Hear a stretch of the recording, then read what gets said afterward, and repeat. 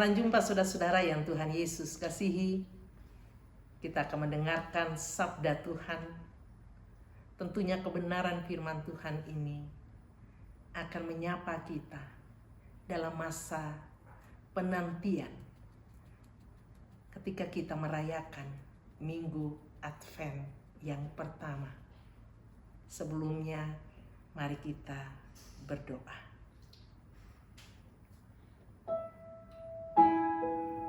Ya Kristus Tuhan Allah yang maha baik, berbicaralah bagi kami untuk kami mengerti kebenaran firman Tuhan.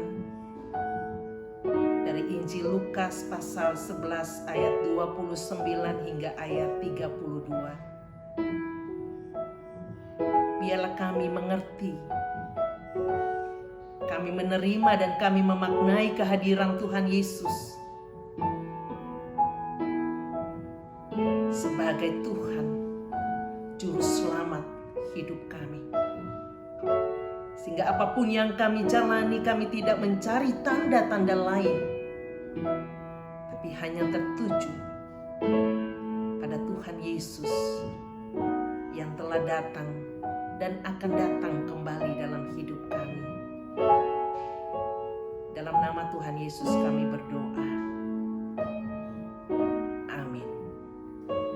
Saudara-saudara yang Tuhan Yesus kasihi, kalau kita mau bertobat atau kita belajar untuk hidup lebih baik, apakah kita perlu tanda untuk menegaskan kepada kita bahwa kita telah diampuni?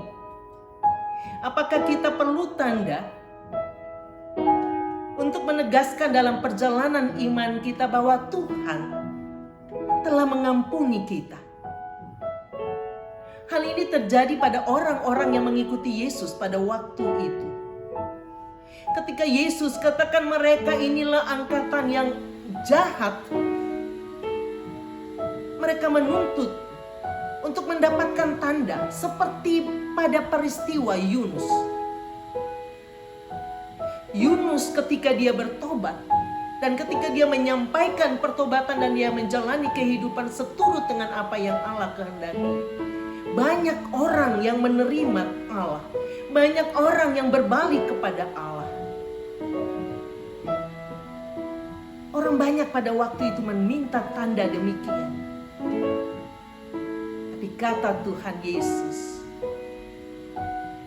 baik Salomo pada waktu seorang putri dari selatan datang melihat hikmat yang Salomo miliki, maupun Yunus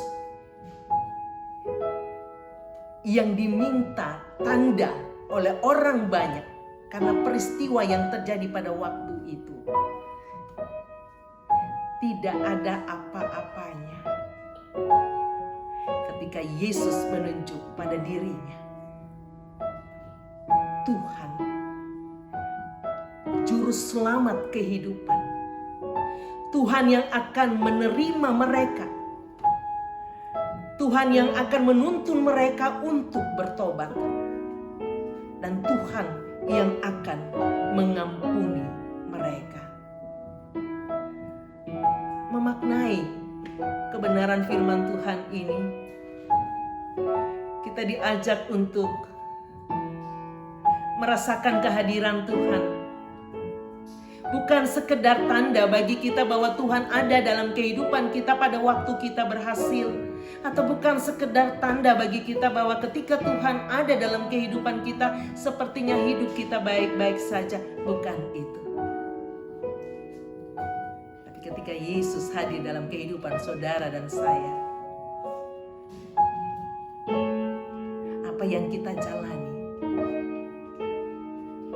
kita hidup dalam pertobatan.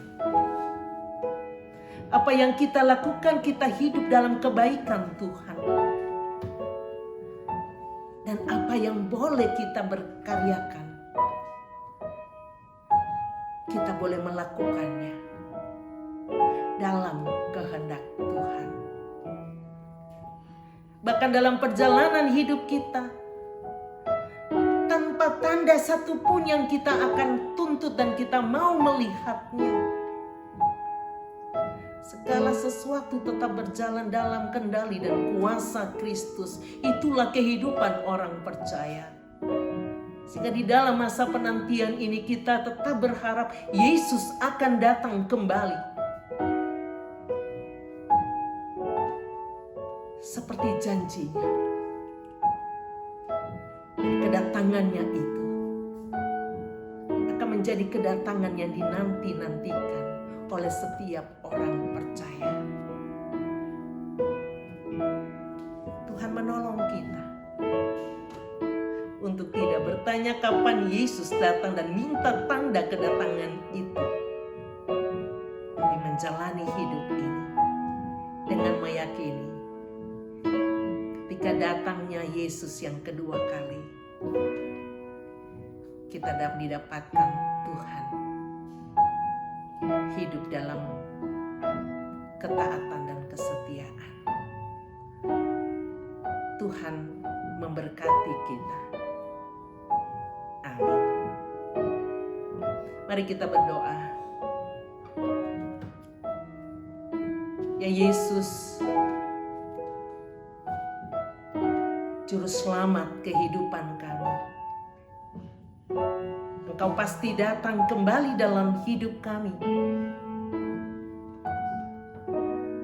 Sekalipun waktu dan saat itu tidak dapat kami ketahui. Untuk itu biarkan kami menjalani kehidupan ini dalam tuntunan Roh Kudus-Mu untuk menanti kedatangan Kristus kembali, bukan dengan menuntut ada tanda-tanda khusus bagi kami. Tapi kami menjalani kehidupan ini dengan kehadiran Tuhan, penyertaan Tuhan, kekuatan yang dari Roh Kudus menuntun kami. Sehingga apapun yang boleh kami kerjakan semasa masih ada waktu untuk kami kerjakan dengan penuh kasih. Apapun yang kami boleh nyatakan di dalam kehidupan kami, berikan kemampuan bagi kami untuk menyatakan yang baik dalam kehidupan bersama dengan orang lain.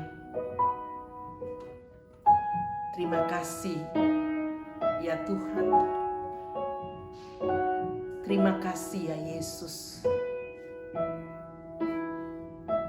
Kami berdoa dan bersyukur. Amin. Tuhan memberkati kita semua.